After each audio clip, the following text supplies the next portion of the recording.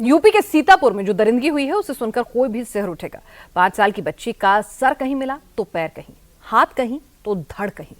इस घटना के पीछे शामिल शख्स का चेहरा आपको और भी ज्यादा परेशान कर देगा।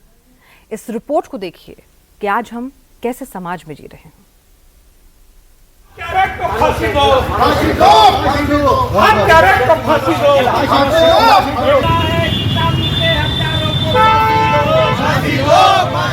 ये बहुत जघन्य कांड है और सीतापुर में इस तरह के ब्रूटल अटेम्प्ट बहुत कम ही हुए, लेकिन अब होने लगे। 5 साल की मासूम तानी को इतने क्रूर तरीके से मारा गया तो लोगों में गुस्सा फैल गया। सड़क से लेकर कलेक्ट्रेट तक प्रोटेस्ट हुआ। बच्ची की डेड बॉडी टुकड़ों में कई जगहों पर मिली तो बीजेपी विधायक ने भी आरोपी पर सख्त एक्शन लेने की डिमांड कर दी। आप लोग हटो आगे से, हटो आगे से, हटो।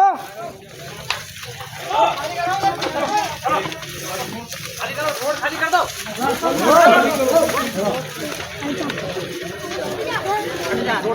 समझ नहीं आ रहा है। ये पीछे पीछे मत जाना कोई। टीमें और मुस्लिम टीमें और आ रही हैं, उनको सबको अलग एक तो घटनास्थल के आसपास एक टीम लगाई, एक बार फिर से पुलिस भी एक्शन मोड में दिखी। बच्ची के शव को सर्च किया गया। फॉरेंसिक टीम से लेकर डॉग स्क्वाड और ड्रोन तक का इस्तेमाल किया गया। यूपी के सीतापुर के रामपुर मथुरा थाना इलाके की बहादुरगंज गांव में 5 साल की मासूम बच्ची घर से लापता हुई तो तलाश शुरू हो गई। बच्ची नहीं मिली तो पुलिस में कंप्लेन दी गई। बाद में मासूम का शत विशत शव टुकड़ों में मिलना शुरू हुआ तो हड़कंप मच गया। 25 फरवरी को बच्ची घर से लापता हुई। 26 फरवरी को घर से थोड़ी दूर खेत में बच्ची का एक पैर मिला और 100 मीटर दूर चेहरे का एक हिस्सा मिला। बाकी शव बरामद नहीं हो सका। 27 फरवरी को ड्रोन से सर्च शुरू हुआ तो घर से 700 मीटर दूर बच्ची के शव का एक हिस्सा मिला। दूसरा पैर भी कुछ दूरी पर बरामद किया गया। डेड बॉडी पर एक कपड़ा भी नहीं था। पुलिस थाने से महज 300 मीटर की दूरी पर जिस खेत के सामने इस समय हम मौजूद हैं, इसी खेत में तानी मिश्रा नाम की एक 6 साल की बच्ची का शव जो है वो छत विछत कंडीशन में मिला है। बताया जाता है कि एक दिन पहले ही तानी मिश्रा का, जो कि अपने घर के बाहर खेल रही थी, उसी दौरान बताया जाता है कि वो गायब होती है और उस दौरान सामने आप जो घर देख रहे हैं, उसी घर के पास जो पास का खेत है, वहां उसका पैर मिलता है और बामुश्किल 100 मीटर की दूरी पर छत विछत कंडीशन में यहां पर शव मिलता है। पुलिस इस पूरे मामले की जांच शुरू करती है। डॉग स्क्वाड मौके पर बुलाया जाता है और उसके बाद इन्वेस्टिगेशन शुरू होता है कि आखिर 6 साल की बच्ची की बेरहमी से हत्या कौन कर सकता है, क्योंकि शव जो है उसके ऊपर कपड़े नहीं थे और शव बुरी तरीके से छत विछत कंडीशन में मौजूद था।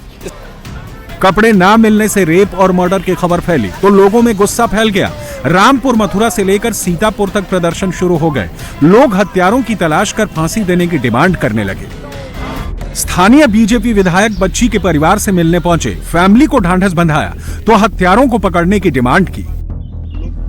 राज्य महिला आयोग सदस्य प्रियंका मौर्य ने भी गांव पहुंचकर बच्ची की फैमिली से मुलाकात की। पुलिस पर प्रेशर बढ़ा तो पुलिस ने जांच के लिए टास्क फोर्स बनाई।